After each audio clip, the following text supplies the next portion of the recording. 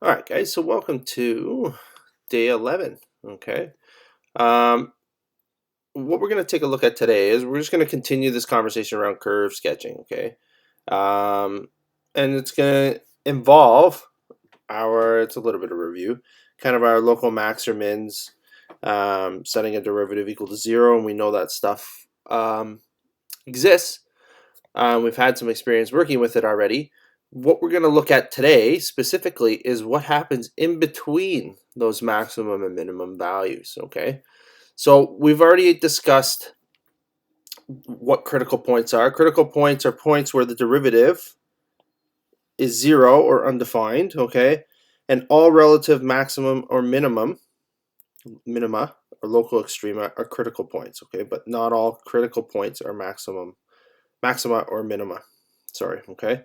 And so we're going to delve into that a little bit as well as to what that means and how something could be a critical point but not be a maximum or minimum, okay? So we're going to look at that over the course of today, so this morning's lesson and this afternoon's. So just reinforcing this idea that a max or min is created when the derivative is 0, okay? And then we can discuss f of x is said to be increasing if, as x increases, the function itself increases, okay? So, like, for instance, a portion right here, this portion of the graph. So as x is increasing towards the right, the function is also increasing in the y direction, right? And so for an increasing function, we can define an increasing function by saying if the derivative is greater than 0, we know that that function is increasing, okay? And f of x is said to be decreasing if the derivative is less than 0. Okay, so what we want to do here is this lesson is kind of an introduction into like what we call an interval chart, okay, which I discussed the other day in the one of the videos when we started looking at this in the first place. Okay, so it tells us here we just want to sketch this, and we'll get more specific down at the bottom, but sketch the graph of the function f of x that satisfies these conditions, right? We want f prime of x to be greater than 0, so increasing, right? For x less than -2, okay?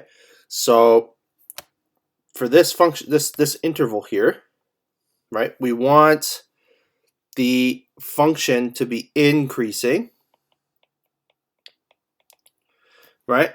Which must mean that the derivative has to be positive. We don't really care what the value is. We just need it to be positive in order for it to be increasing, right? It's slope. Remember, that's what this is. The derivative is the slope.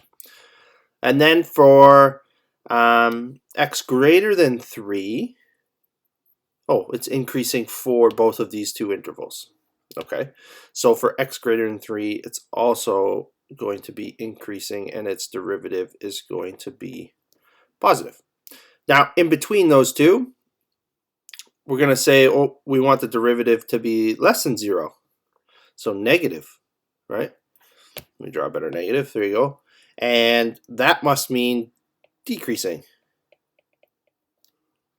Okay? Somewhere in between these two values, right? You'll notice that on these intervals, we don't have greater than or less than or equal to's, right? We don't have the equal to pieces. That's because it's at these points, right, where a graph is going from a positive and then back down to an increase, or sorry, a decrease, right? So if the graph is increasing, and then it's going to decrease. Well, this sounds like a maximum, right?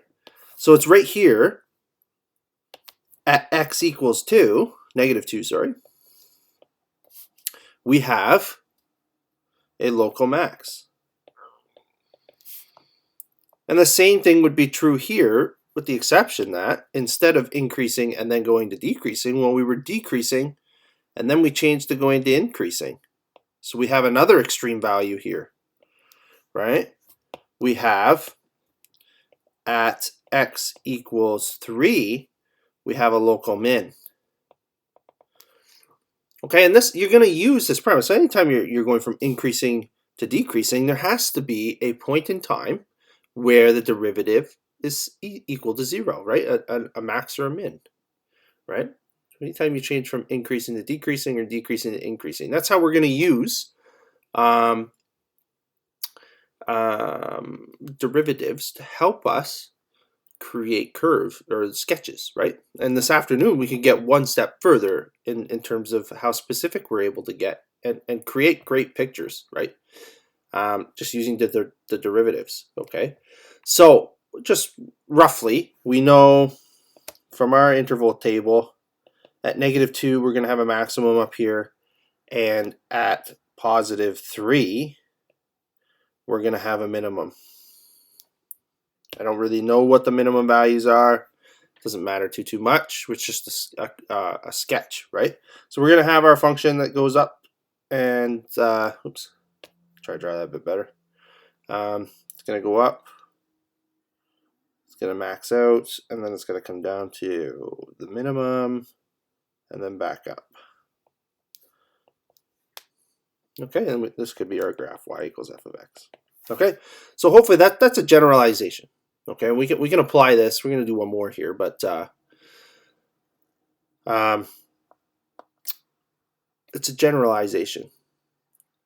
Okay, that we can use to help us create a really good idea as to what the graph's going to look like.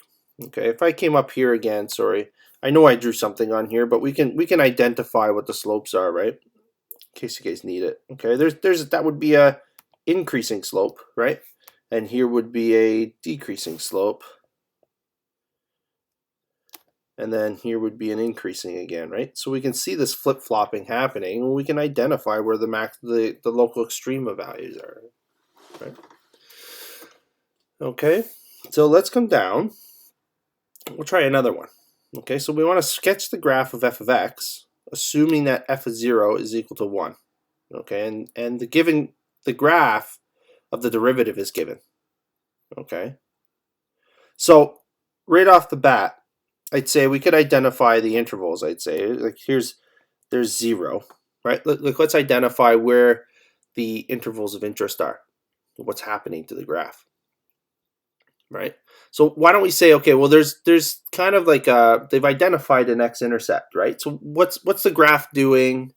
Let's say, remember this is going to go in both directions, and this is for the derivative function, right? So let's identify for the interval. X is going to be less than 2, -2, sorry. Okay, so we're interested, what's the graph doing? And then we kind of care about what's the graph going to do between -2 and 0.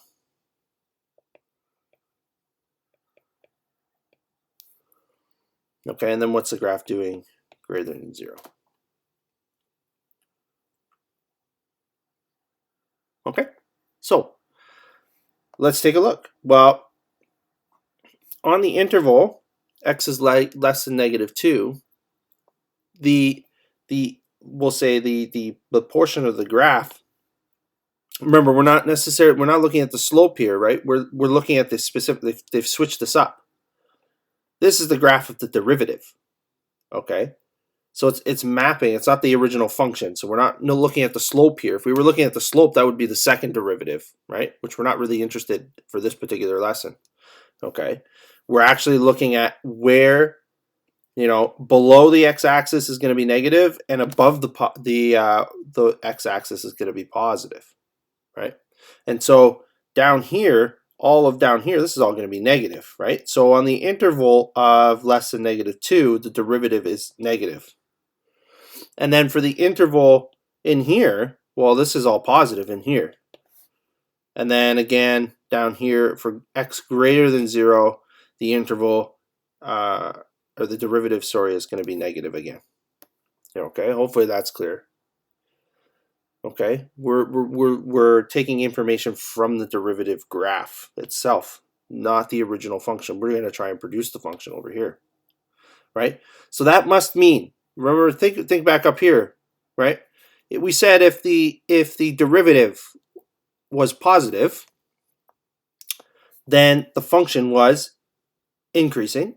And if the derivative was negative, then the function was decreasing, right? So we're going to have, okay, in this instance here, we're going to have a decreasing portion of the graph, right? And then we're going to have increasing, and then we're going to have decreasing again on these intervals. Okay, so now we just need to match up. We just got to, identify some points on the graph. So let's say -1 and -2, right? And then at anywhere positive, I suppose, right? And in the positive x direction, right? Those are kind of our intervals. So for the graph, when x is less than -2, we know that the graph is decreasing, right? So its slope is going to be negative on this function f of x. Okay. And then we also said something else, right? So we'll do one other thing to help us produce this graph before we get started here. So we know at x equals -2, there's going to be, so we're coming from decreasing, and then we're turning around and going increasing. So there's going to be a local min here, right? I don't necessarily know its specific value, but I do know that it's a minimum value, right? So we could just draw it down here. Okay, so we know that the graph's going to come down here, reach a minimum, and it's going to turn around again, right? So then we can also say over here, well, we're flip-flopping between increasing and decreasing again. So we know that there's something going on right here at this boundary. At x equals 0, we're going from increasing to decreasing, so we have a local max. Okay, and again, I don't know where it is, right? But it could be anywhere for the purposes of just sketching the graph, right? So here's our graph. Oof. I gotta be more careful with the okay, guys, that's it. That would be our graph, y equals f of x, right? Okay, and we have a at 0. Oh, sorry, it did specifically tell us here. Sorry, this is the point 0, 1. Okay, 0, 1 was the maximum.